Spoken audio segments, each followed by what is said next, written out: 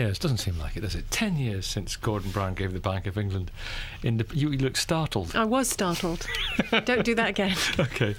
10 years since Gordon Brown gave the Bank of England independence from MPs to set interest rates. Today, the Governor, Mervyn King, will be giving evidence to the Treasury about whether the decision has been a success. Jonathan Davis is a chartered financial planner, an economist in any other language. Good morning. Good morning, sir. Has the decision been a success in your mind? Yes, it has. It's allowed the markets to believe, and that's the operative word, that the Bank of England knows what it's doing. So it's helped interest rates to stay low.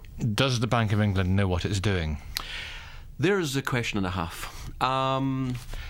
It probably does, but it's limited by what it can do.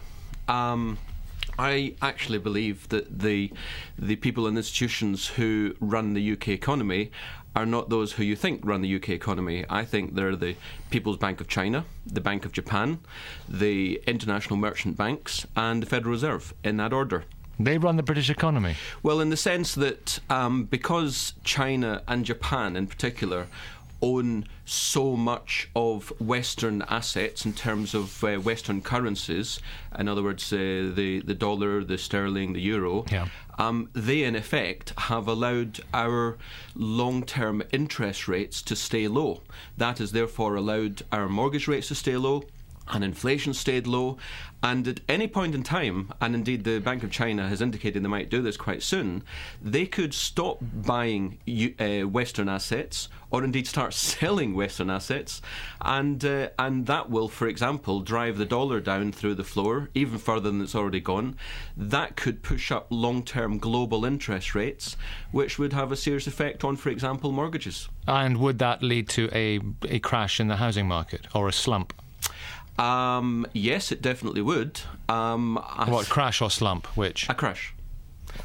Bang. Yes, well, I'm on record as saying publicly that in any case, I believe that the UK housing market will fall in excess of 25% over the next 4 to 6 years. I think that's going to happen in any case. Right. But it'll come back up again, won't it? That's the natural retort to that statement I just made, and I think that's based on the experience since the 1990s, when we had the first big crash, and then of course we've had this massive boom since. The difference between then and now is that at the beginning of the last crash, the UK inflation rate was 12%.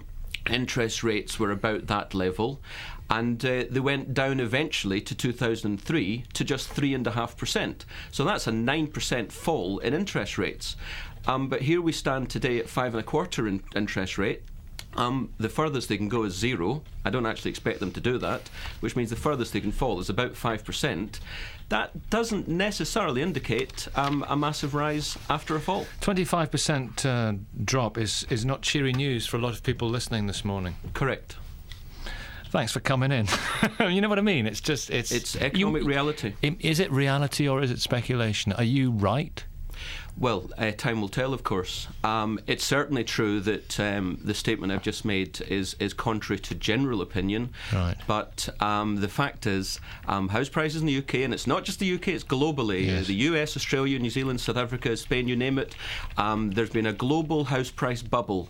And as a wise man once said, if anything isn't expected to last forever, it probably won't. And just a final thought, Jonathan, and given your expertise and the considerable size of your brain, when Gordon Brown says, that he personally is responsible for getting rid of boom and bust, is it down to him?